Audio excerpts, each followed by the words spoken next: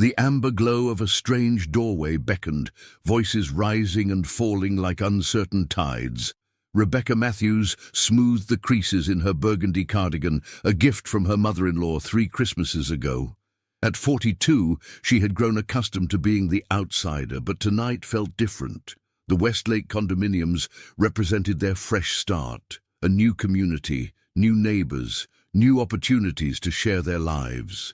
Her husband Michael stood beside her, his weathered hands clutching an apple pie they'd baked together that morning. "Do we have to go, Mummy?" 8-year-old Lily tugged at Rebecca's sleeve, her small face pinched with anxiety. Her older sister Emma, 12, and already developing that preteen independence, stood slightly apart, feigning indifference, though her fingers nervously twirled the ends of her long brown hair. "It's just a welcome party, sweetheart," Rebecca assured her, though her own stomach knotted with apprehension. "Remember what we talked about?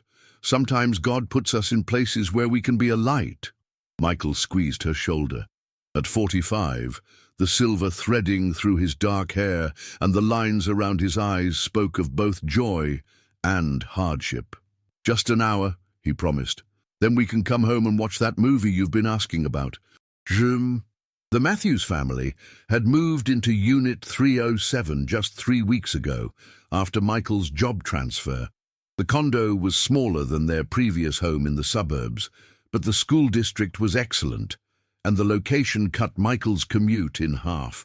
What they hadn't anticipated was the cool reception from their neighbors, nothing overtly hostile, just subtle distancing once the word church entered conversations. The invitation to the building's monthly social had been slipped under their door yesterday. A peace offering, perhaps, or an obligation the Condo Association felt toward all residents. Either way, Michael had insisted they attend. "These are the people we're called to love," he'd reminded Rebecca that morning as they prepared the pie, "whether they love us back or not." Now, as they approached Unit 112, where the gathering was being held, the sounds of laughter and clinking glasses grew louder. Michael knocked twice before the door swung open. Their host, Diane Mercer, the Condo Association president, greeted them with a practiced smile that didn't quite reach her eyes. "The Matthews family, so glad you could make it." Her gaze dropped to the pie in Michael's hands. "Oh, homemade. How quaint."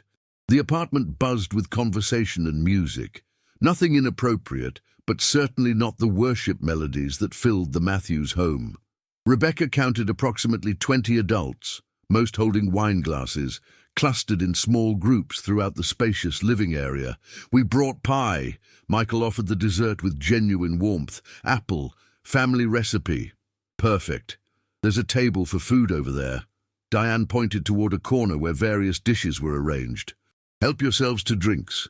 We have an excellent selection of wines." "Just water for us, thank you," Rebecca said. Something flickered across Diane's face. Amusement? Disdain? Of course.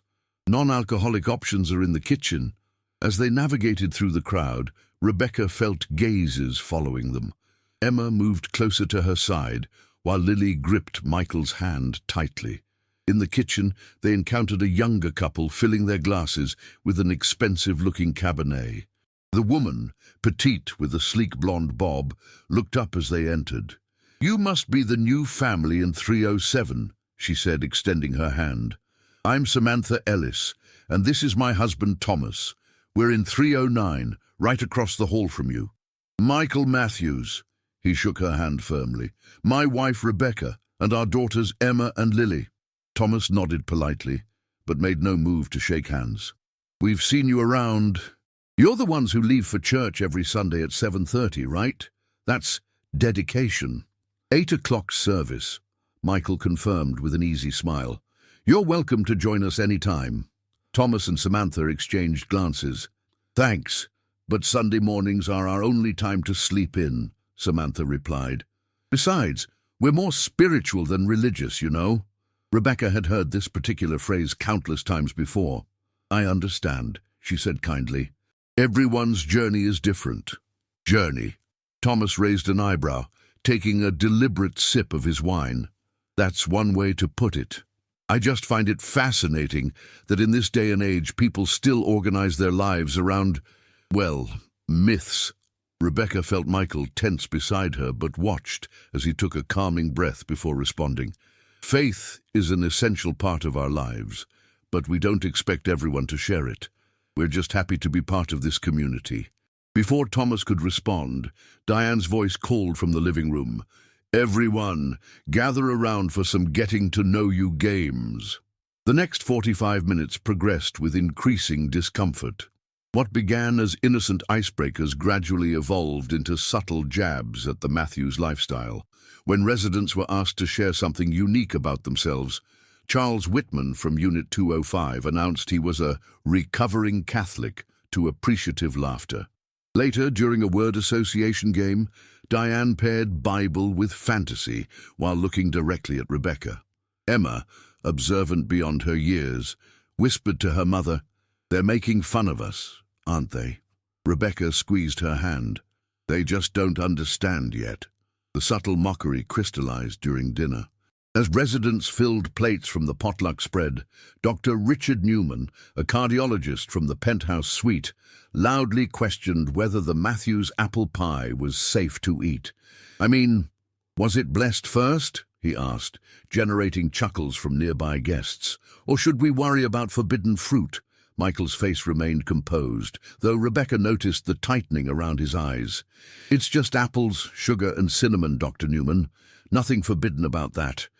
"Call me Rich," the doctor replied, "though I'm surprised you're comfortable with that nickname, given the whole camel through the eye of a needle business." More laughter followed. Lily looked up at her father, confusion evident in her round eyes. "Daddy, why are they being mean?" Her innocent question, spoken during a momentary lull in conversation, caused an uncomfortable silence to fall over the nearby guests. Michael knelt down to his daughter's level. "They're not being mean, sweetheart. Sometimes people joke about things they don't understand." Diane cleared her throat. "Well, we certainly don't want anyone feeling unwelcome. Perhaps we should move on to dessert." The remainder of the evening passed in a blur of forced politeness. By the time they exited Diane's apartment, Rebecca felt emotionally drained. The girls walked ahead toward the elevator, Emma's protective arm around her younger sister's shoulders. "That was—" Rebecca began. "Exactly what we expected," Michael finished, his voice low, "but not our last interaction with them. We have to keep trying." "They were so dismissive, Michael. Did you see how they looked at us when we mentioned our mission trip to Guatemala?" "Like we were aliens from another planet," he agreed. "But remember, we've been in these situations before. It takes time." As they reached their door, Emma turned to her parents. "I don't want to go to any more of their parties. They think we're weird." Michael unlocked their door, ushering his family inside. "Being different isn't a bad thing, Em. Sometimes it's exactly what God calls us to be." In the days that followed, the Matthews settled into a rhythm. Michael left early for his engineering job at the city's water management facility. Rebecca continued her remote work as a graphic designer while the girls adjusted to their new school. They made polite conversation with neighbors in the elevator and hallways, though most interactions remained superficial. 3 weeks after the party, Rebecca was working at her desk when a knock sounded at their door. Opening it, she found Samantha Ellis standing there, looking uncharacteristically disheveled. "I'm sorry to bother you," Samantha said, her voice strained, "but Thomas and I are having some issues with our plumbing, and the building manager is nowhere to be found." Thomas remembered Michael works in water management and thought he might be able to help. Rebecca invited her in. "Michael won't be home until this evening, but I can ask him to stop by when he gets back. Is it an emergency?" Samantha hesitated. "Not exactly, but we've had no hot water for 2 days, and the property manager keeps saying he'll send someone who never shows." "That sounds frustrating," Rebecca sympathized. "Would you like some tea while you wait? Michael always calls during his lunch break. I can ask him then." Something like surprise flickered across Samantha's face. "You'd do that? After how we treated you at the party?" Rebecca smiled genuinely. Of course, that's what neighbors are for. Samantha perched awkwardly on the edge of the couch while Rebecca prepared tea. Your place looks different than I expected, she commented, glancing around at the warm, tastefully decorated living room. I thought it would be more full of crosses and Bible verses on the walls. Rebecca laughed lightly as she returned with 2 steaming mugs. We're pretty normal, I promise. I've never really known many Christians, Samantha admitted, accepting the tea gratefully. Growing up in San Francisco, religion wasn't exactly trendy. It's not about being trendy, Rebecca said gently. It's about having an anchor when life gets stormy. Samantha seemed about to respond when Rebecca's phone rang, Michael calling during his break as expected. After explaining the situation, she turned back to her guest. Michael says he'll stop by around 6, if that works for you. He thinks it might be a problem with the mixing valve or circulation pump. That would be amazing, Samantha said, rising to leave. Thank you. And I'm sorry about the party. Thomas and I were following everyone else's lead, which isn't a great excuse. Water under the bridge, Rebecca assured her, or hopefully soon-to-be flowing water in your case. That evening, Michael spent nearly 2 hours diagnosing and fixing the Ellis's plumbing issue, refusing their offers of payment. Just being neighborly, he insisted. Thomas appeared genuinely perplexed by their kindness, but thanked them nonetheless. It was a small opening, not a friendship exactly, but a crack in the wall of separation. Over the next 2 weeks, Rebecca noticed subtle changes. Samantha would wave when they passed in the hallway. Thomas held the elevator door for them one morning. Small gestures, but progress nonetheless. Then came the night that would change everything. Rebecca woke to the sound of Lily coughing. The air felt thick, difficult to breathe. Beside her, Michael was already sitting up, alert. "Do you smell that?" he whispered. She did, a bitter, acrid scent that seemed to be growing stronger by the second. Smoke. Michael moved swiftly, grabbing the emergency flashlight from their nightstand. "Get the girls," he instructed, his voice calm but urgent. "I'll check the hallway."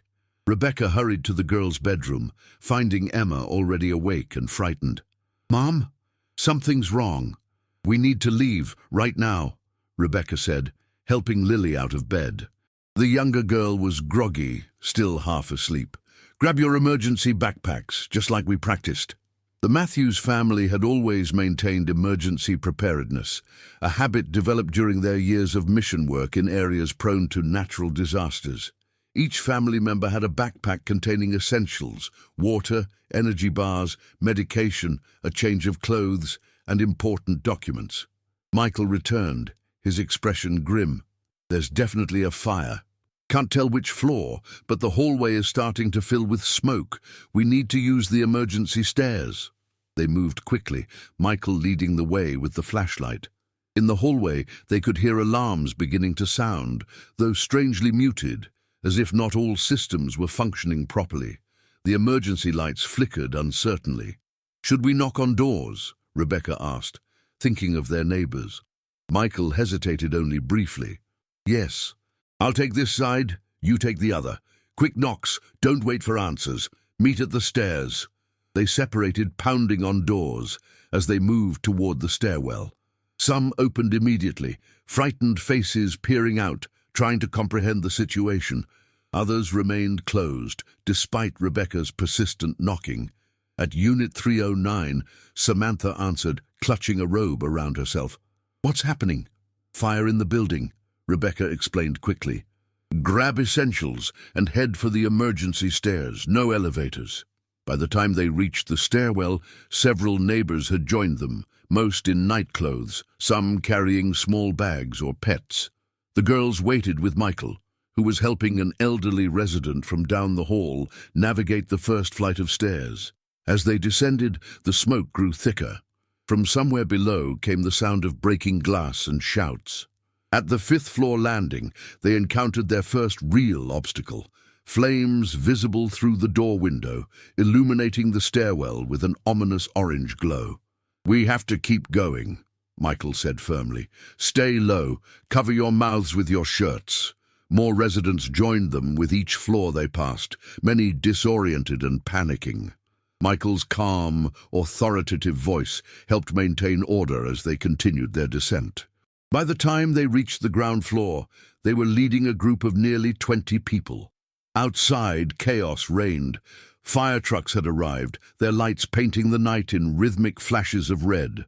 Firefighters directed residents to a safe gathering area across the street, while others battled the blaze, which appeared to have started on the 3rd floor and was now consuming much of the building's east wing. In the cold night air, Rebecca counted heads, ensuring her family was intact. Emma stood close to her side while Michael held a trembling Lily. Around them, their neighbors huddled in shocked clusters, many shivering in the night air, others crying openly as they watched their homes burn. "Is everyone okay?" Rebecca asked, checking her daughters for any signs of injury or smoke inhalation. "I think so," Michael replied, his voice hoarse from the smoke. "But I don't see the Whitmans or Dr. Newman's family." Rebecca scanned the crowd anxiously. "Or Diane. I knocked on her door, but didn't wait for an answer."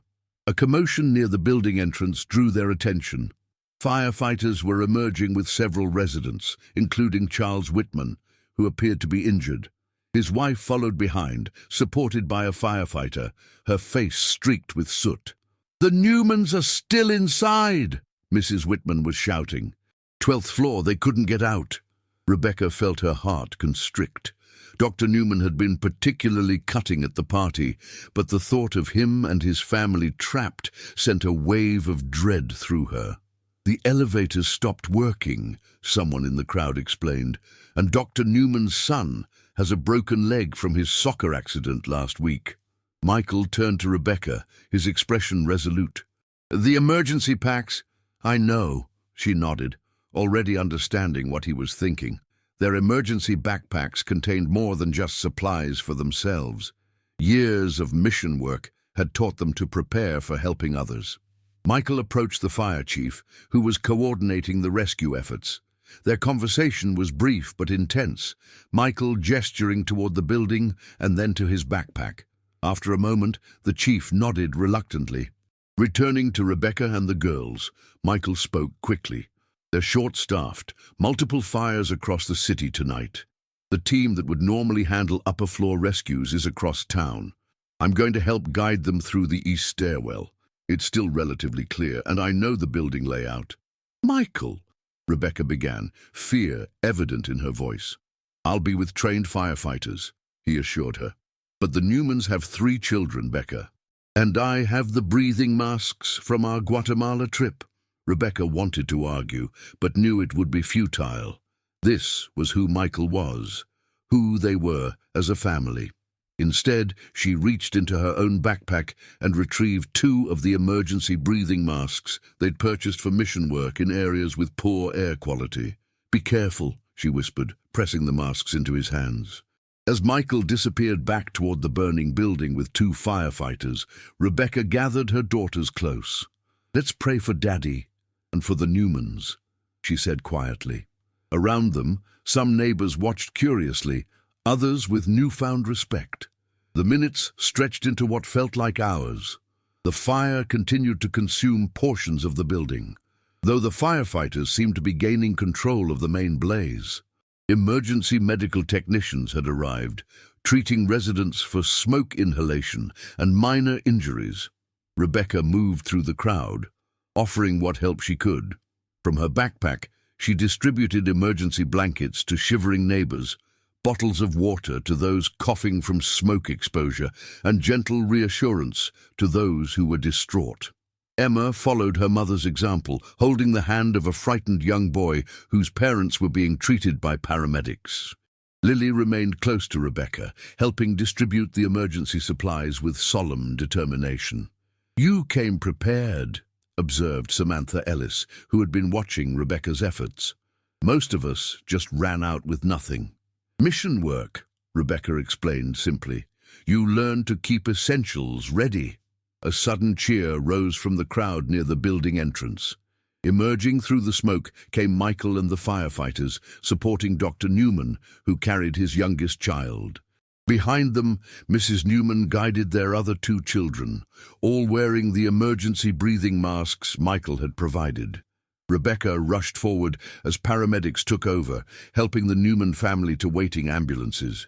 Michael's face was streaked with soot, his clothes singed in places, but he was walking under his own power.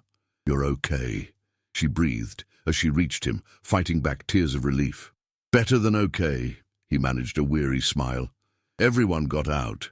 As dawn broke over the smoldering building, the residents of Westlake condominiums remained gathered in the nearby park, where emergency services had established a temporary shelter. The fire had been contained, but significant portions of the building were severely damaged. Many residents would be displaced for months. In the pale morning light, the social divisions that had seemed so important weeks ago had dissolved. The wealthy doctor sat alongside the young couple from the first floor, who were struggling to make rent. The retired professor who had pointedly avoided the Matthews at the mailboxes now accepted a granola bar from Lily with tearful gratitude. Diane Mercer, the Condo Association president, approached where the Matthews family sat on a park bench. Her usually perfect appearance was disheveled, her expression humbled. "Michael, Rebecca," she began hesitantly, "I don't know how to thank you. The fire chief said if you hadn't alerted so many people and helped with the Newmans—" She left the sentence unfinished, emotion overcoming her. "Anyone would have done the same," Michael said gently. "But they didn't," Diane insisted. "You did, and you were prepared, after how we treated you at the party." She shook her head, visibly regretful. Throughout the morning, similar conversations occurred. The Matthews found themselves at the center of the community's gratitude and, increasingly, their practical needs. When representatives from the Red Cross arrived, Michael and Rebecca helped coordinate temporary housing arrangements, using their experience from disaster relief work. "Where did you learn all this?" Thomas Ellis asked, as Michael helped him fill out insurance forms. "We spent 3 summers helping after hurricanes in the Gulf and 2 years in Guatemala after the mudslides," Michael explained. "Our church has a disaster response team." "Your church," Thomas repeated thoughtfully. "The same one you invited us to?" "The same one," Michael confirmed. "Though we meet in the high school auditorium for the next few weeks, our building is being renovated." Thomas was quiet for a moment. "Maybe we could check it out sometime." By midday, most residents had arrangements for temporary housing. The Matthews would be staying with church friends until their unit could be assessed for damage. As they prepared to leave the park, Dr. Newman approached, his arm in a sling, his expression solemn. "I owe you an apology," he said directly to Michael, "and not just for tonight.